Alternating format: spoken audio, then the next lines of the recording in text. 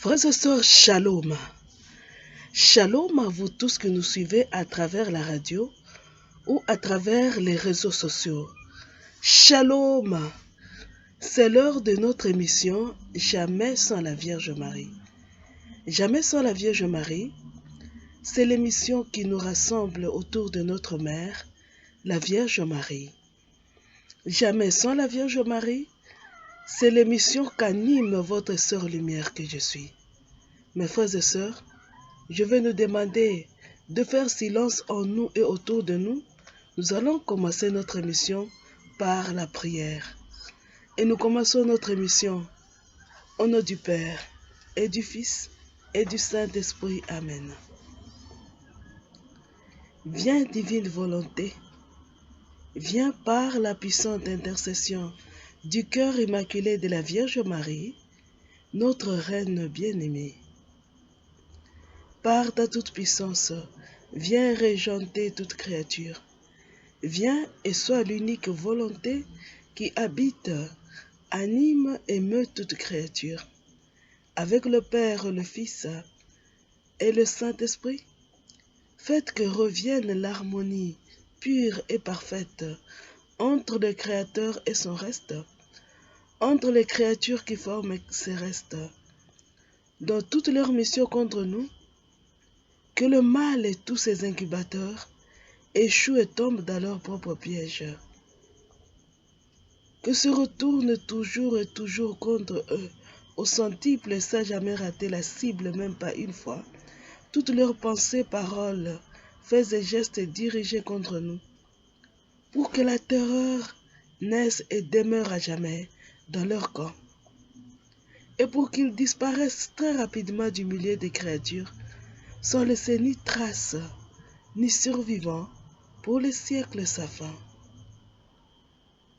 Je vous salue Marie, pleine de grâce. Le Seigneur est avec vous. Vous êtes bénie entre toutes les femmes, et Jésus, le fruit de vos entrailles, est béni. Sainte Marie, Mère de Dieu, priez pour nous pauvres pécheurs, maintenant et à l'heure de notre mort. Amen. Gloire au Père, au Fils et au Saint-Esprit, au Dieu qui est, qui était et qui vient, pour les siècles des siècles. Amen. Ave Maria. Mes frères et sœurs, la fois passée, nous avions dit que nous allons ensemble nous préparer à la Troisième Guerre mondiale. Comment vivre dans la foi, la Troisième Guerre mondiale, pas parce que Dieu veut qu'elle arrive, non, mais parce que les hommes ne veulent pas écouter Dieu. Ils préfèrent la guerre, ils préfèrent le mal, ils préfèrent tout ce qu'il y a comme désordre. Ils refusent la voie de la conversion que leur propose Dieu par la bouche de la Vierge Marie, notre maman. Alors, sans le consentement, pas ça, le consentement, mais sans que Dieu le veuille, nous sommes allés à la Troisième Guerre mondiale.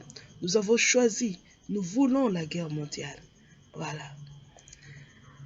Aujourd'hui, mes frères et sœurs, je vais vous proposer ensemble qu'on lise un poème, une poésie de Thérèse de Lisieux. La poésie s'intitule « Pourquoi je t'aime, ô Marie ?» C'est une poésie qui va nous prendre assez de temps, mais qui va nous préparer aussi, qui va nous aider à nous préparer à cette Troisième Guerre mondiale. Parce que l'étape numéro 1, c'est l'amour. Alors nous allons d'abord voir qu'on doit d'abord aimer Marie d'abord, la Vierge Marie, parce qu'elle va nous conduire à Jésus. Nous devons avoir une grande dévotion envers la Vierge Marie, c'est ça l'étape numéro 1. Aimer, avoir une grande dévotion envers la Vierge Marie. Une grande alors. Alors pour ça, nous allons lire la poésie de Thérèse de Lisieux. Pourquoi je t'aime, ô Marie. C'est une poésie que j'ai partagée dans les groupes. Si vous ne l'avez pas, vous allez sur la page Vierge de Fatima sur Facebook. Et là, vous allez trouver cette poésie sous forme de photos, 2 photos, côte à côte. Pourquoi je t'aime, ô Marie. Nous allons lire.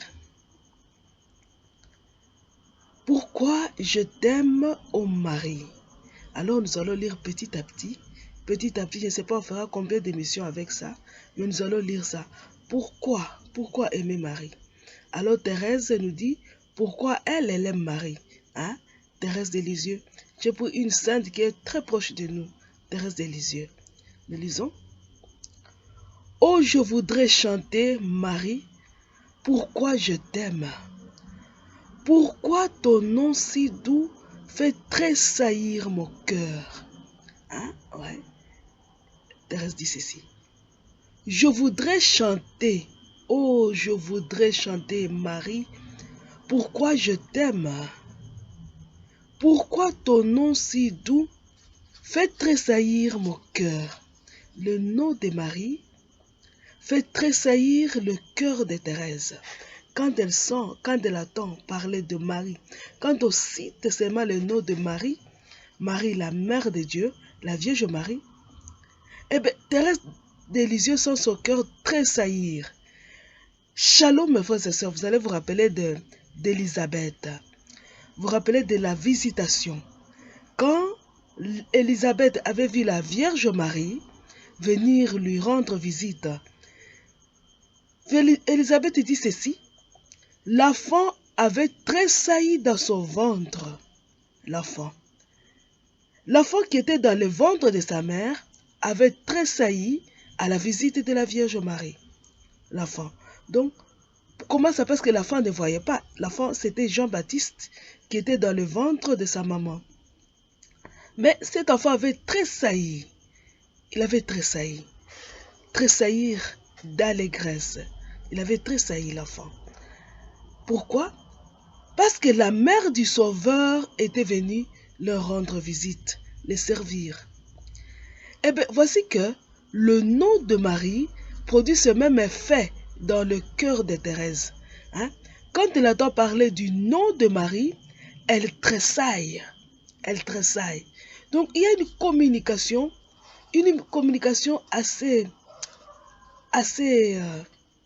intime et profonde entre Thérèse et Marie. Vous voyez, imaginez deux fiancés. Hein? Quand on cite l'un, le nom de l'un à côté de l'autre, l'autre sursaute. Hein? Il se rend compte qu'on a cité mon fiancé. Deux amoureux. Vous voyez, deux amoureux. Quand on parle de l'un, d'ailleurs, quand vous verrez les amoureux, quand ils parlent de l'autre, l'un parle de l'autre, il exprime une joie. Donc, il répand même autour de lui un bonheur. Vous allez sourire bêtement. Quand il parle amoureux, oh tu sais mon chéri, tu sais, en tout cas mon amour, tu sais. Donc, c'est le fait qu'il parle, que l'un parle de l'autre, ça rend l'auditoire joyeux. Donc, ceux qui l'écoutent se rendent compte que, il y a du bonheur. Il y a du bonheur. Regardez les séries télévisées qu'on nous projette aujourd'hui. Tous parlent de l'amour. Parce qu'ils communiquent une sorte de bonheur autour de nous. Donc, je tressaille. Le nom de Marie fait tressaillir le cœur de Thérèse. C'est-à-dire qu'il y a déjà un lien particulier, très très particulier et très profond entre Thérèse et Marie. Hein? Très particulier, ce lien-là. Et Thérèse dit, il va nous dire pourquoi alors. Pourquoi le nom de Marie, un nom si doux qu'elle dit, fait tressaillir son cœur. Thérèse va nous dire pourquoi elle aime la Vierge Marie. Pourquoi le nom de Marie fait tressaillir son cœur. C'est le but de cette poésie. Elle continue, elle dit, et pourquoi la pensée de ta grandeur suprême ne saurait à mon âme inspirer de frayeur. La pensée, pourquoi la pensée de ta grandeur suprême ne saurait à mon âme inspirer de frayeur. Donc, quand on voit Marie, la Vierge Marie, dans sa grandeur suprême, on peut avoir peur de la Vierge Marie. Elle est la mère de Dieu, la mère du Verbe. La chair, donc le Verbe, la chair de Jésus est la chair de Marie. Donc c'est compliqué. Et puis, regardez, nous tous, nous naissons avec la tâche originelle. Elle est l'Immaculée Conception. Et du coup, elle est différente de nous. Tout en étant semblable à nous, Marie est différente de nous. Alors, Thérèse dit, cette grandeur-là, la grandeur suprême de la Vierge Marie, elle est la reine des hommes, la Vierge Marie, elle est humaine, mais elle est la reine des hommes. Elle est la reine des anges, sans être ange. Est-ce que vous comprenez ça? Donc c'est compliqué. Donc c'est une grande dame. La Vierge Marie n'est pas n'importe qui. La Vierge même, la Thérèse de Lisieux dit, elle a une grandeur suprême. Suprême. Hein? Si on comptait Jésus homme, alors le premier homme le plus grand, c'est Jésus. Hein? Le deuxième homme le plus grand, c'est la Vierge Marie. Donc elle vient juste après son fils Jésus. Mais là, si nous considérons Jésus Dieu, donc le premier homme plus grand après Dieu, c'est la Vierge Marie. C'est la Vierge Marie. Parce qu'elle est la reine des anges. Vous allez me dire c'est Abraham ou je ne sais pas, mais elle est la reine d'Abraham. Peu importe l'homme que vous allez citer, elle est la reine de cet homme-là. Elle est plus grande que tous les hommes. Et c'est ça la volonté de Dieu. Et Thérèse dit, je voudrais chanter pourquoi la pensée de ta grandeur suprême ne saurait à mon âme inspirer de frayeur. Donc même si on lui parlait de la grandeur de Marie, elle n'a pas peur de la Vierge Marie. Elle n'a pas peur. Et pourquoi? La Vierge Thérèse dit, elle va nous dire pourquoi. Thérèse dit ceci. Si je te contemplais dans ta sublime gloire, et surpassant l'éclat de tous les bienheureux, que je suis ton enfant, je ne pourrais le croire. Ô Marie, devant toi, je baisserai les yeux. Shalom mes frères et sœurs.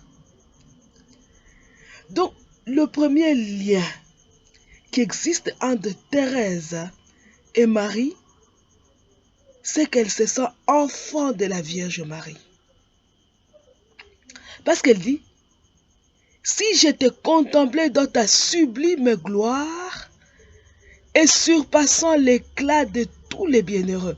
Donc, la contemplation, quand elle entre dans la contemplation, elle dit, quand je pars contempler la Vierge Marie, si je la contemple comme étant, comme ayant une gloire sublime, et comme ayant un éclat, comme ayant un éclat qui surpasse les éclats de tous les bienheureux, je ne pourrais pas croire que je suis son enfant.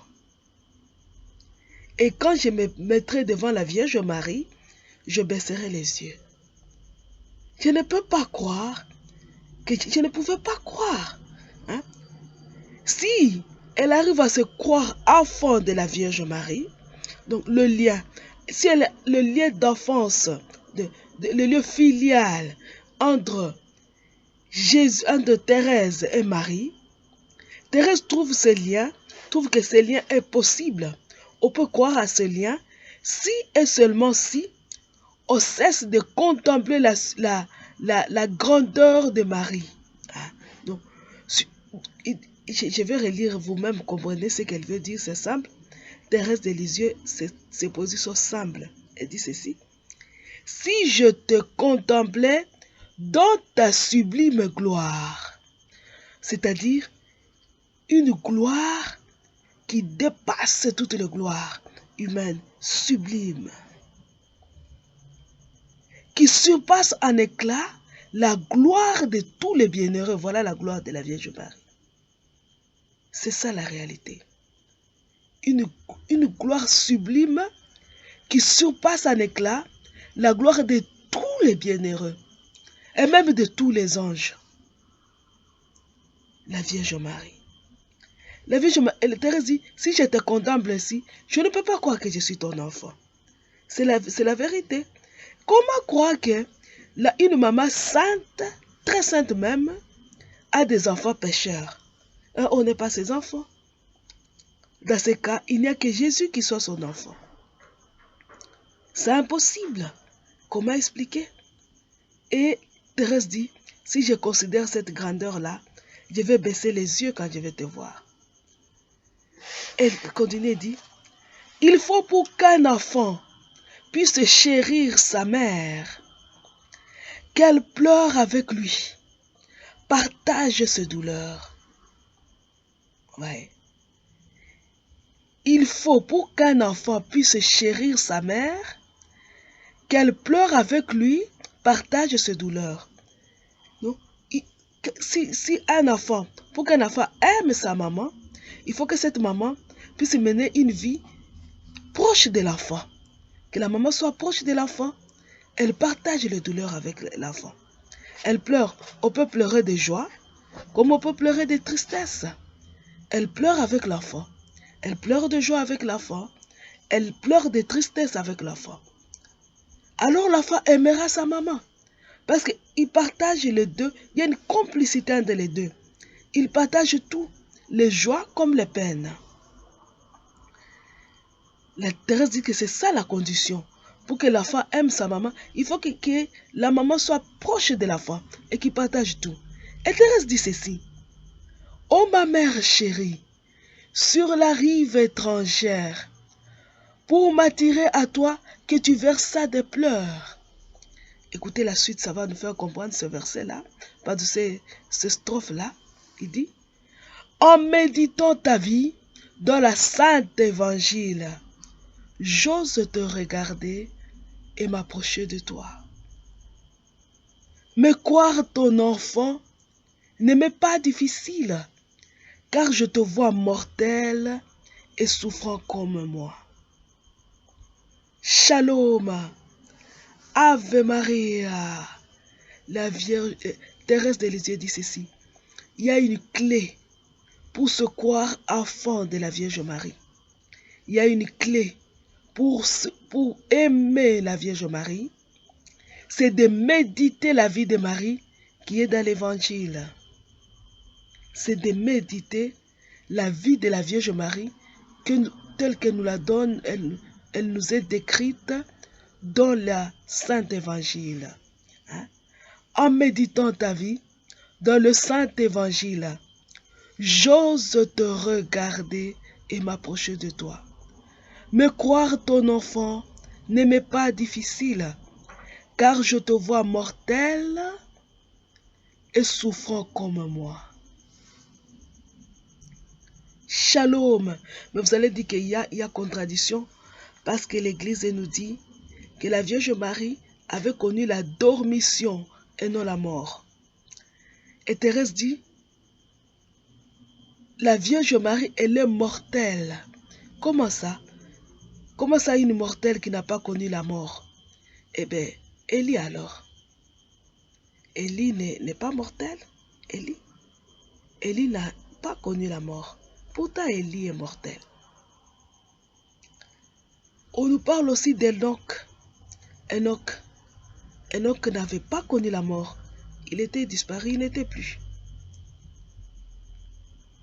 Et pourtant, Enoch est mortel. Il est mortel. Voici une troisième personne, la Vierge Marie. Mortelle, mais elle n'a pas connu la mort. Mais la dormition. La dormition. Mais Thérèse dit, je la vois moi mortelle. Je la vois mortelle. Elle nous ressemble. C'est pour nous que la Vierge Marie n'a pas connu la mort. C'est pour nous. C'est pour notre foi. C'est pour nous que la Vierge Marie n'a pas connu la mort. Et Thérèse dit, je la vois souffrant comme moi. Excusez-moi. Je vois la Vierge Marie souffrir comme moi je souffre. La Vierge Marie. Elle a souffert. Donc Thérèse dit, malgré sa sublime gloire et sa grandeur qui surpasse en éclat la grandeur de tous les bienheureux, Marie est mortelle comme moi. Elle a souffert comme moi. Donc je suis son enfant. Hein? Je vais relire les strophes là. Il faut le paragraphe là, écoutez-moi, je vais les lire. Il faut pour qu'un enfant puisse chérir sa mère, qu'elle pleure avec lui, partage ces douleurs. Ô ma mère chérie, sur la rive étrangère, pour m'attirer à toi, que tu versas des pleurs. En méditant ta vie dans la sainte évangile, j'ose te regarder et m'approcher de toi. Mais croire ton enfant ne m'est pas difficile, car je te vois mortel et souffre comme moi. Nous allons lire la strophe qui suit, le paragraphe. Troisième, permettez-moi de l'appeler paragraphe. Mon petit ordinateur qui me complique un peu. Voilà. Nous allons lire ensemble, frères et sœurs. Thérèse dit ceci. Lorsqu'un ange du ciel t'offre d'être la mère du Dieu qui doit régner toute l'éternité, je te vois préférer au Marie, quel mystère, l'ineffable trésor de la virginité. Je comprends que ton âme, ô Vierge immaculée, soit plus chère au Seigneur que le divin séjour. Je comprends que ton âme, humble et douce vallée, peut contenir Jésus, l'océan de l'amour. Oh, je t'aime Marie, te disant, servante du Dieu, que tu ravis par ton humilité. Cette vertu cachée te rend toute puissante. Elle attire en ton cœur la Sainte Trinité. Alors l'Esprit d'amour, te couvrant de son ombre, le Fils égal au Père en toi s'est incarné. De ses frères pécheurs bien grands sera le nombre, puisqu'on doit l'appeler Jésus, ton premier-né. Nous recommençons, nous allons relire. Lorsqu'un ange du ciel t'offre d'être la mère, là c'est Thérèse qui contemple le mystère de l'incarnation. Elle contemple et dit, lorsque l'ange du ciel dit à la Vierge Marie qu'elle sera la mère du Verbe, la mère du Dieu qui doit régner toute l'éternité, la Vierge Marie ne dit pas, oh je vais être la mère alors, peu importe par quelle voie, même par le mariage ordinaire. La Vierge Thérèse dit ceci, je te vois préférer au Marie, quel mystère, l'ineffable trésor de la virginité. La Vierge Marie, elle est vierge. Même pour mettre au monde Jésus, la Vierge Marie, elle pose la question de sa virginité. Elle n'a pas envie de la perdre. Elle dit ceci. Comment cela va se faire puisque je ne connais pas d'homme? Les gens disent, cette phrase-là ne veut rien dire. Écoutez, j'aime cette explication d'un prêtre. Un jour, j'étais très jeune vraiment, quand le prêtre donnait cette explication. Imaginez un groupe de jeunes gens, et puis qui sont ensemble là en train de causer. Un troisième, une autre personne arrive avec une cigarette, un paquet de cigarettes et des allumettes ou des briquets, je ne sais pas quoi. Puis, cette personne qui vient d'arriver pour se joindre au groupe, il allume sa cigarette, elle propose à quelqu'un, lui dit, est-ce que tu fumes? Le premier dit, je ne fume pas. L'autre dit, je ne fumerai pas. L'autre dit, je ne fume plus. Il y a une différence de réponses. Celui qui dit je ne fume plus, c'est-à-dire qu'il fumait, mais il ne fume plus. Il a arrêté. Mais il fumait, il a arrêté. L'autre dit je ne fumerai pas, c'est-à-dire que il peut fumer, mais il refuse. Je ne fumerai pas. Peut-être qu'il vient de fumer. Cette fois-là, il ne fumera pas. Hein? Peut-être qu'il s'est heurté à certaines circonstances qui ont fait qu'il s'est arrêté. Pour toujours, il ne fumera. Il n'a pas dit je ne fumerai plus. Il a dit je ne fumerai pas. C'est-à-dire qu'il y a une possibilité qu'un jour il fume, n'est-ce pas? Celui qui dit je ne fume plus, c'est-à-dire il a arrêté. Il peut tomber, mais il a pris la décision de ne plus fumer. Celui qui dit je ne fumerai pas, c'est-à-dire c'est dans un futur proche. Dans un futur lointain, il peut fumer. Mais celui qui dit je ne fume pas, c'est-à-dire qu'il n'a même pas l'intention, il n'a jamais même commencé. Je ne fume pas. C'est celui qui comme celui qui te dit que je ne prends pas d'alcool. Je ne prends pas. Moi, je ne bois que de l'eau. On va poser la question à une vieille dame ou un vieux monsieur qui vient de vivre trop longtemps. On lui demande quel est ton secret, il va te dire, moi je ne prends pas l'alcool. Vous allez vous étonner, le monsieur qui pose ou la dame qui pose la question va dire, tu n'as jamais bu? Il dit, je ne bois pas. Je ne bois pas. C'est-à-dire, je n'ai même pas l'intention de boire dans l'avenir. Et la Vierge Marie dit, je ne connais pas d'homme. C'est-à-dire, je n'ai même pas l'intention de connaître l'homme dans l'avenir. Et pourtant, elle était fiancée à Joseph. Elle était fiancée. Alors c'est là qu'on se pose la question. Comment quelqu'un qui est fiancé dit, je ne connais pas d'homme? Et il demande, comment cela va-t-il se faire? Pourquoi il n'avait pas dit, oh, alors il est heureux, Joseph? Parce que lui aussi, il va être le père de notre enfant. Notre fils aîné il sera saint. Non. Et elle ne pense même pas à leur fiançailles. Elle ne pense même pas à leur mariage futur. Voilà pourquoi l'Église nous enseigne en disant, la Vierge Marie était vierge avant, pendant et après la naissance de Jésus. Puisque même étant fiancée, elle n'a pas pensé à Joseph.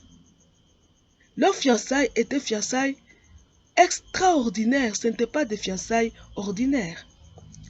L'Église nous enseigne dans les cours de mariologie que les fiançailles entre Marie et Joseph, c'était des fiançailles seulement pour protéger Marie. Ils étaient là seulement, chacun sachant ce qu'il va vivre. Ils n'avaient aucune intention de mener une vie conjugale ordinaire, aucune. Voilà pourquoi on dit que Joseph est très chaste. Joseph est très chaste. Il n'avait aucune intention de consommer un jour le mariage avec Marie. Aucune. Parce que sinon Marie l'aurait dit à l'ange, alors qu'est-ce que j'ai fait de Joseph? Ou qu'est-ce qu'il est heureux Joseph, parce que lui aussi il va être le père de mon fils. Mais il ne mentionne pas Joseph, alors qu'elle était déjà fiancée. Elle était déjà fiancée. Et aujourd'hui, Thérèse de Lisieux nous dit, la Vierge préfère sa virginité. Donc, elle ne veut pas perdre la virginité. Alors, vous avez dit qu'elle est égoïste. Non. Regardez. La virginité a deux volets. Une virginité physique, c'est-à-dire le fait de ne pas connaître d'homme. Une virginité spirituelle, c'est-à-dire le fait d'appartenir à Dieu et à Dieu seul. Je ne veux aucun partage. Jamais je serai partagé entre Dieu et un homme. Jamais.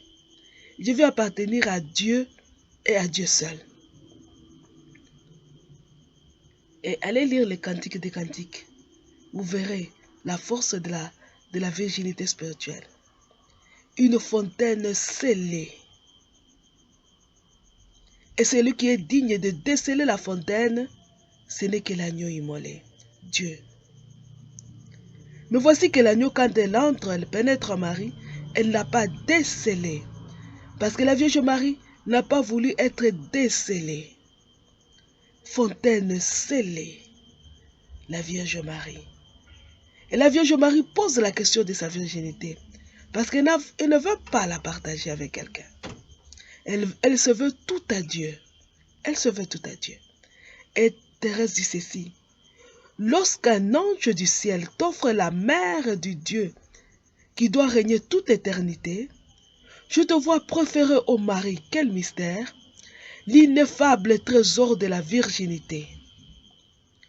Je comprends que ton âme, ô Vierge immaculée, soit plus chère au Seigneur que les divins séjours. Écoutez bien ce que Thérèse dit. Je comprends que ton âme, ô Vierge immaculée, soit plus chère au Seigneur que les divins séjours. Le divin séjour, le séjour de Dieu.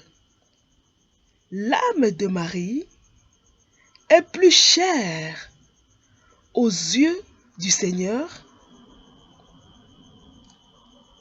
que le ciel. Shalom mes frères et sœurs. Ave Maria, que le divin séjour.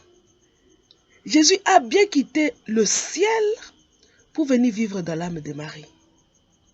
Et Thérèse dit, le fait que Jésus a accepté de quitter le ciel pour venir vivre dans l'âme de Marie, c'est que l'âme de Marie est plus chère aux yeux de Dieu que le ciel.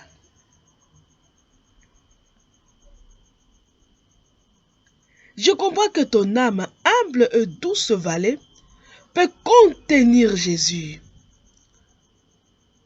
L'océan de l'amour. Une petite âme peut contenir l'océan. L'âme de Marie est finie. Il est limité. C'est une âme limitée parce que c'est un humain. Marie n'est pas Dieu. Il a des limites. Il est fini. Le contraire de fini, c'est ce qui est infini. L'âme de Marie n'est pas infinie. L'âme de Marie est finie. Mais l'âme finie de Marie a contenu l'infini. C'est un mystère très profond. L'infini. Je me rappelle de cette histoire qu'on raconte d'un saint. Je crois que c'est Augustin. Je crois que c'est Augustin ou Thomas d'Aquin. En tout cas, il y a un saint qui voulait comprendre la Trinité. Et il réfléchissait. Il réfléchit. Puis il s'est retrouvé au bord, si ce n'est pas de la mer, c'est de l'océan en tout cas, d'un grand étendue d'eau. À côté de l'étendue d'eau se trouvait un petit enfant qui, avec son petit, il avait déjà creusé un petit trou dans la terre. Avec son petit récipient, il puisait dans le grand étendue d'eau pour remplir le petit trou. Pardon. Et le saint là lui dit, mais petit enfant, ce petit trou là ne peut pas contenir tout cette eau. Et le petit enfant lui dit, eh bien c'est toi. Comment le mystère, comment le petit cerveau de l'homme peut comprendre le mystère de la Trinité? Comment? C'est impossible. Ah, c'est ça.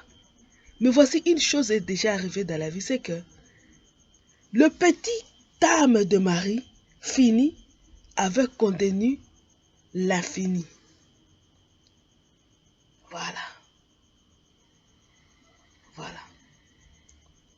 Une chose, tu ne peux pas te l'expliquer. C'est impossible. C'est impossible. Et Thérèse dit, oh, je t'aime, Marie, te disant la servante du Dieu que tu ravis par ton humilité. Alors ça fait lever. Voilà quand Thérèse nous dit, il faut méditer sur la vie de Marie. La première vertu de Marie que Thérèse a médité, c'est la mère, la maternité de Marie. Qu'elle soit la mère de Dieu, parce qu'elle est l'Immaculée, oui, mais qu'elle soit la mère des mortels, hein, des pécheurs, c'est une chose incroyable. Mais c'est une chose qui nous rapproche d'elle. Elle est notre maman. Elle partage nos joies comme nos peines. La maternité de Marie. La grandeur suprême, donc, la grandeur suprême, l'éclat de la Vierge Marie. L'autre vertu sur laquelle Thérèse médite, c'est le fait qu'elle accueille l'ange. Donc, l'accueil, l'ouverture au message céleste. Aussi, elle médite sur la capacité de la Vierge Marie de partager nos joies comme nos peines. Elle médite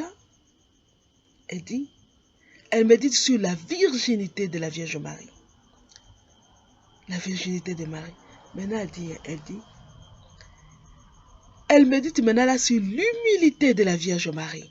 Vous voyez la Thérèse là? Elle dit, je comprends que ton âme, ô Vierge Immaculée, pardon, j'ai déjà lu ça, elle dit, oh, je t'aime Marie, te disant la servante du Dieu que tu ravis par ton humilité. Shalom. Vous vous rappelez nos premiers messages, nos premières émissions, le non serviam. Vous vous rappelez quand nous parlions, pour ceux qui nous suivent sur TikTok, l'esprit de rébellion contre Dieu. Quand la Vierge Marie parle de l'esprit de rébellion contre Dieu, elle parle de Satan, le diable Satan, Lucifer. Vous vous rappelez qu'il y a un démon Iscaron, ou Issacaron, je ne sais plus, qui avait raconté cette histoire dans l'histoire abrégée de la possession des Ursulines de Luden.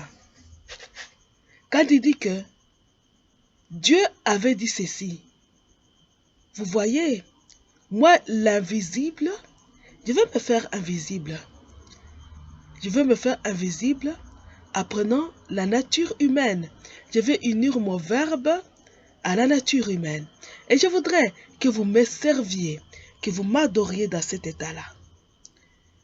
Que vous m'adoriez comme étant à la fois Dieu et homme.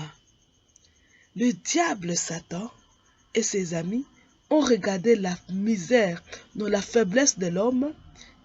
Il a dit, moi, je ne peux pas m'incliner devant un Dieu homme, jamais. Jamais je peux servir un Dieu homme. Je ne servirai pas, c'est le non serviable. Je ne servirai pas. Il a refusé. Voilà pourquoi on dit qui ne croit pas à Jésus ne sera pas sauvé. Parce que même Satan, s'il est Satan aujourd'hui, il était Lucifer, il est devenu Satan. C'est parce qu'il avait servi, il avait refusé de reconnaître, de servir le Dieu homme. Il avait refusé. Il est devenu Satan. Il est devenu l'ange des ténèbres, incapable de remonter en haut. Alors qu'il est du monde d'en haut, il est tombé dans le monde d'en bas, incapable de remonter.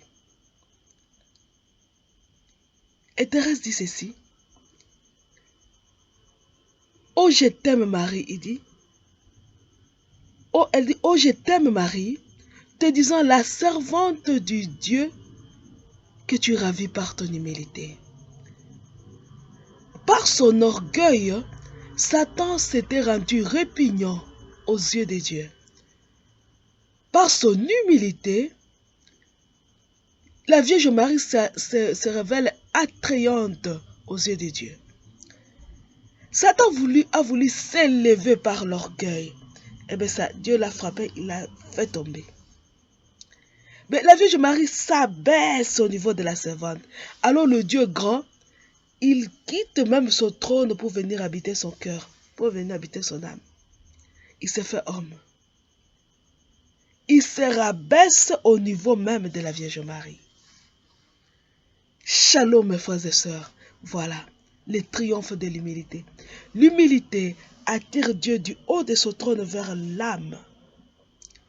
Alors que l'âme te repousse, crée une force de répulsion entre Dieu et l'homme. L'humilité a créé la force d'attraction entre Dieu et sa créature. Et c'est ce que Thérèse dit. Je comprends que ton âme, pardon, je ne sais pas pourquoi je rentre dans ça, elle dit, cette vertu cachée te rend toute puissante. Elle attire à ton cœur la Sainte Trinité. Alors l'esprit d'amour, te couvrant de son ombre, le Fils égal au Père en toi s'est incarné. Il n'y a pas seulement que Jésus qui a été attiré par l'humilité de Marie, mais la Trinité tout entière. Quand elle s'est rabaissée au niveau de la servante, le Père libère le Verbe excusez-moi, le Père libère le Verbe qui s'incarne en Marie. Le Verbe s'incarne. L'Esprit Saint couvre Marie de son ombre. Donc toute la Trinité s'active pour le mystère de l'incarnation. C'est ce que Thérèse dit. Alors l'Esprit d'amour, te couvrant de son ombre, cette vertu cachée te rend toute puissante. La vertu de l'humilité attire en ton cœur la Sainte Trinité. Alors l'Esprit d'amour, te couvrant de son ombre, le Fils égal au Père en toi s'est incarné. De ses frères pécheurs, bien grand sera le nombre, puisqu'on doit l'appeler Jésus, ton premier-né. La Vierge Marie dit oui à la naissance d'un enfant. Elle veut mettre la mère, elle est la mère, elle dit oui pour être la mère d'un enfant. Un seul enfant, Jésus. Mais voici que son oui fait d'elle la mère de toute la race des hommes élus, de tous les rachetés. La mère de tous les vivants. La Vierge Marie, elle est la mère de tous les vivants. Car Dieu est le Dieu des vivants. Elle est la mère de tous ceux qui mangent la chair et boivent le sang de Jésus. Donc ceux-là qui ont la vie en eux. Elle est la mère des vivants. Elle est la nouvelle Ève. Voyez, l'histoire de la Vierge Marie ressemble à l'histoire d'Abraham. Abraham, Dieu lui dit, regarde les étoiles du ciel. Je te donnerai une descendance dont les enfants seront plus nombreux que ces étoiles-là. Si tu peux compter ces étoiles, alors tu es capable de compter le nombre de ceux qui descendront de toi. Mais curieusement, Abraham met au monde seulement Isaac, c'est tout. Mais de Isaac est né David. De David est né Jésus. N'est-ce pas? Et de toute la descendance de Jésus, c'est la descendance d'Abraham. N'est-ce pas? C'est la descendance d'Abraham. Et du coup, voilà une histoire qui ressemble, quand je vous dis que l'histoire d'Abraham ressemble à l'histoire de la Vierge Marie. Ça, c'est l'Ancien Testament. Et bien, dans le Nouveau Testament, il y a une femme. Elle met au monde seulement un enfant, Jésus. Et tous les enfants, tous ceux qui sont vivants, ceux qui accueillent Jésus, deviennent des enfants de la Vierge Marie. Elle devient la mère d'une multitude d'enfants. L'Apocalypse nous dit, n'est-ce pas, que les dragons, après avoir échoué, après devant la Vierge Marie et son enfant, ils partent combattre les frères et sœurs de Jésus. C'est là qui portent à eux les témoignages de Jésus. Donc la Vierge Marie, elle passe de la mère d'un enfant à la mère d'une multitude, comme Abraham était passé du père d'un enfant au père d'une multitude. C'est ça. C'est ça. Et c'est Thérèse qui contemple et dit, de ses frères pécheurs, bien grand sera le nombre, puisqu'on doit l'appeler Jésus, ton premier-né. Nous lisons la suite. Ô mère bien-aimée, malgré ma petitesse, comme toi je possède en moi le Tout-Puissant. Regardez. Mais je ne tremble pas en voyant ma faiblesse. Le trésor de la mère appartient à l'enfant. J'aime cette phrase-là. Le trésor de la mère appartient à l'enfant. Et je suis ton enfant, ô ma mère chérie. Tes vertus, ton amour, ne sont-ils pas à moi? Aussi lorsqu'à mon cœur descend la blanche hostie, Jésus ton doux agneau, Quoi reposer en toi? Écoutez bien ce que nous dit Thérèse. Ô mère bien-aimée, malgré ma petitesse, comme toi, je possède en moi le Tout-Puissant. Mais je ne tremble pas en voyant ma faiblesse. Le trésor de la mère appartient à l'enfant.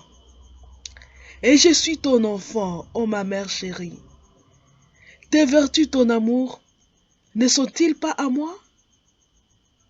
Aussi, lorsqu'en mon cœur descend la blanche hostie, je suis ton doux agneau, quoi reposer en toi. Thérèse dit, moi aussi je possède le Tout-Puissant. Ta petite âme avait possédé le Tout-Puissant. Moi aussi je les possède. Comment? Et je n'ai pas peur, je ne tremble pas à cause de ma faiblesse. Parce que tout ce qui tient à toi, Marie, m'appartient. Parce que tu es ma maman. Tout ce qui appartient à la maman, tout ce qui appartient à la maman appartient aussi à l'enfant. Et je suis ton enfant. Toutes les vertus que nous venons de méditer plus haut, Thérèse dit, toutes tes vertus m'appartiennent. Aussi, comme je te ressemble, comme elle a tout... Vous vous rappelez? La Vierge Marie dans le livre de Virginie, elle dit, je te donnerai mes vertus, je te donnerai même mes yeux, même ma main, je te donnerai mon cœur, je te donnerai mon vêtement, je vais te vêtir de mon vêtement. Thérèse dit que tout ce qui appartient à la Vierge Marie nous appartiennent. N'est-ce pas, nous disons ceci, je suis tout à toi, ô Marie, et tout ce qui est à toi est à moi. Je suis tout à toi, ô Marie, et tout ce qui est à moi est à toi. N'est-ce pas, nous disons ça? Et Thérèse dit ça. Elle dit, les trésors de la mère appartiennent à l'enfant. Et quand Thérèse regarde la Vierge Marie, elle se trouve capable, pas parce qu'elle le peut, parce qu'elle s'est revêtue de la Vierge Marie. Elle s'est revêtue de la Vierge Marie comme d'un manteau. Elle s'est perdue dans la Vierge Marie. Shalom, mes frères et sœurs. Le poisson de mer, mes frères et sœurs. Si on le sortait de la mer pour le mettre dans les eaux douces, je ne sais pas s'il survivra. Parce qu'il est habitué à vivre dans l'eau salée. Tout d'un coup, on le met dans l'eau douce qui n'a pas de sel. En tout cas, je ne crois pas qu'il survivra. Ben, je ne sais pas. Mais le poisson qui appartient à la mer appartient à la fois à l'eau de la mer et au sel de la mer, n'est-ce pas? Parce que l'eau de la mer est salée. Le poisson qui y est, il vit, il dépend à la fois de l'eau de la mer et du sel qui est dans l'eau de la mer, n'est-ce pas? Les trésors de la mer appartiennent à l'enfant. Appartiennent à l'enfant. Pourquoi j'ai pris l'exemple de la mer? La mer, c'est un grand étendue d'eau. C'est très grand. Il y a un prêtre français, le père Marcel Roussel-Gall, qui disait, la mer, il appelait la mer l'infini. L'infini. Quand il plongeait dans la mer, il disait, je suis plongé dans l'infini, dans la mer, l'infini. Alors, regardez, si nous nous perdions dans la mer est salée, n'est-ce pas? Si on lui ajoutait un grain de sel, est-ce que la mer sera plus salée? On ne sentira même pas la différence. Les grains de sel dans la mer, ce n'est rien. Ou bien on ajoute à la mer une goutte d'eau. Qu'est-ce qu'on aurait fait? Rien du tout. C'est ça nous. Quand nous nous abandonnons à la Vierge Marie, par nos actes de consécration, nous plongeons dans la mer qu'est la Vierge Marie. Elle, le fait de contenir l'infini, elle se perd dans l'infini. Elle devient infinie parce qu'elle est perdue dans l'infini qui est Dieu lui-même.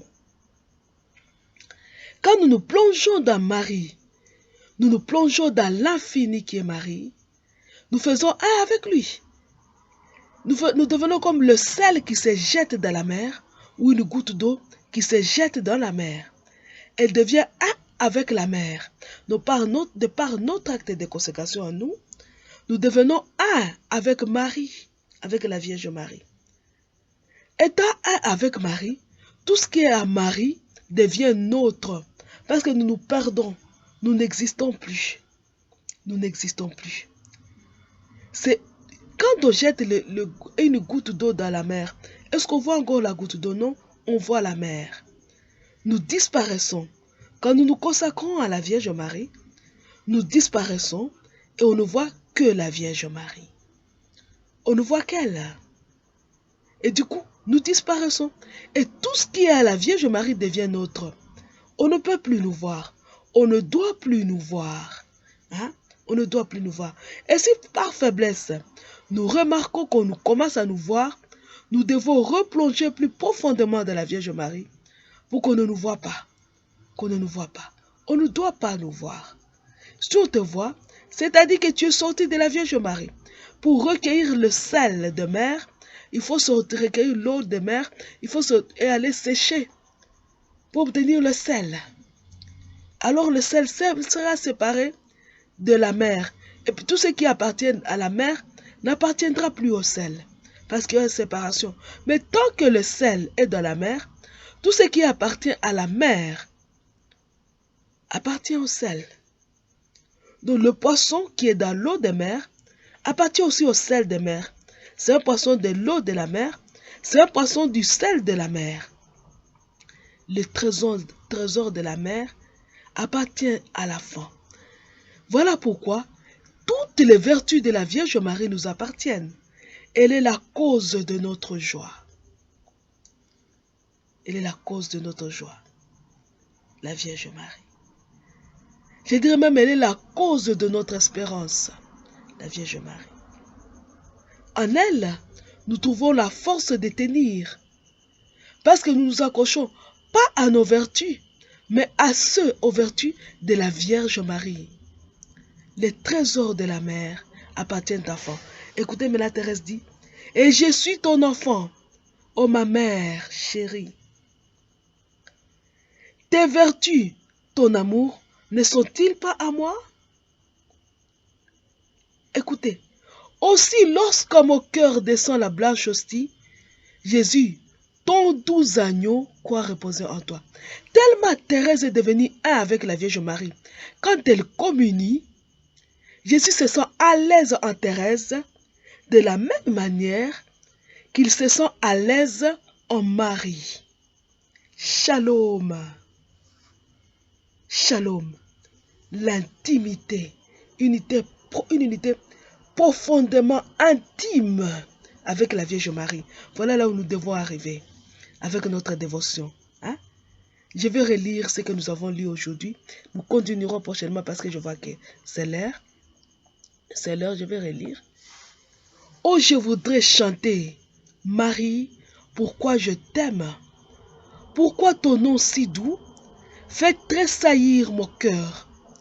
Et pourquoi la pensée de ta grandeur suprême ne saurait à mon âme inspirer des frayeurs.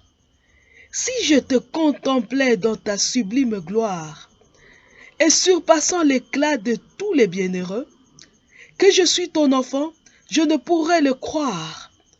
Ô Marie, devant toi, je baisserai les yeux. Il faut pour qu'un enfant puisse chérir sa mère, qu'elle pleure avec lui, partage ce douleur. Ô ma mère chérie, sur la rive étrangère, pour m'attirer à toi, que tu versas des pleurs. En méditant ta vie dans le saint évangile, j'ose te regarder et m'approcher de toi. Me croire ton enfant ne m'est pas difficile, car je te vois mortel et souffrant comme moi. Lorsqu'un ange du ciel t'offre d'être la mère du Dieu qui doit régner toute l'éternité, je te vois préférer, ô Marie, quel mystère, l'ineffable trésor de la virginité.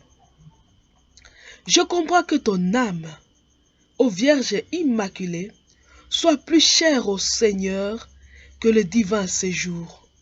Je comprends que ton âme, humble et douce vallée, peut contenir Jésus, l'océan de l'amour. Ô je t'aime Marie, te disant la servante du Dieu que tu ravis par ton humilité. Cette vertu cachée te rend toute puissante. Elle attire en ton cœur la Sainte Trinité.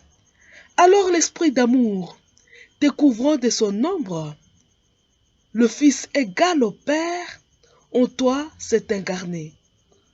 De ses frères pécheurs, bien grand sera le nombre, puisqu'on doit l'appeler Jésus.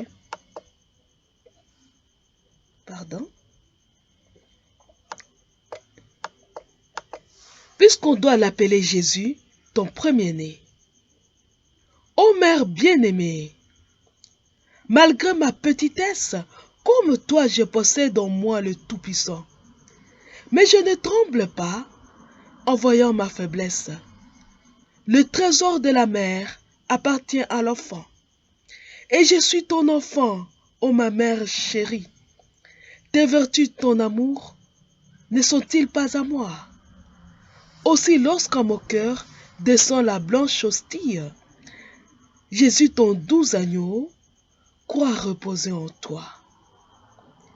Je vous salue Marie, pleine de grâce, le Seigneur est avec vous. Vous êtes bénie entre toutes les femmes, et Jésus, le fruit de vos entrailles, est béni. Sainte Marie, Mère de Dieu, priez pour nous pauvres pécheurs, maintenant et à l'heure de notre mort. Amen. Gloire au Père, au Fils et au Saint-Esprit, au Dieu qui est, qui était et qui vient, pour les siècles des siècles. Amen. Ave Maria. À la prochaine, mes frères et sœurs. Nous continuerons avec notre poésie, très longue, mais très riche.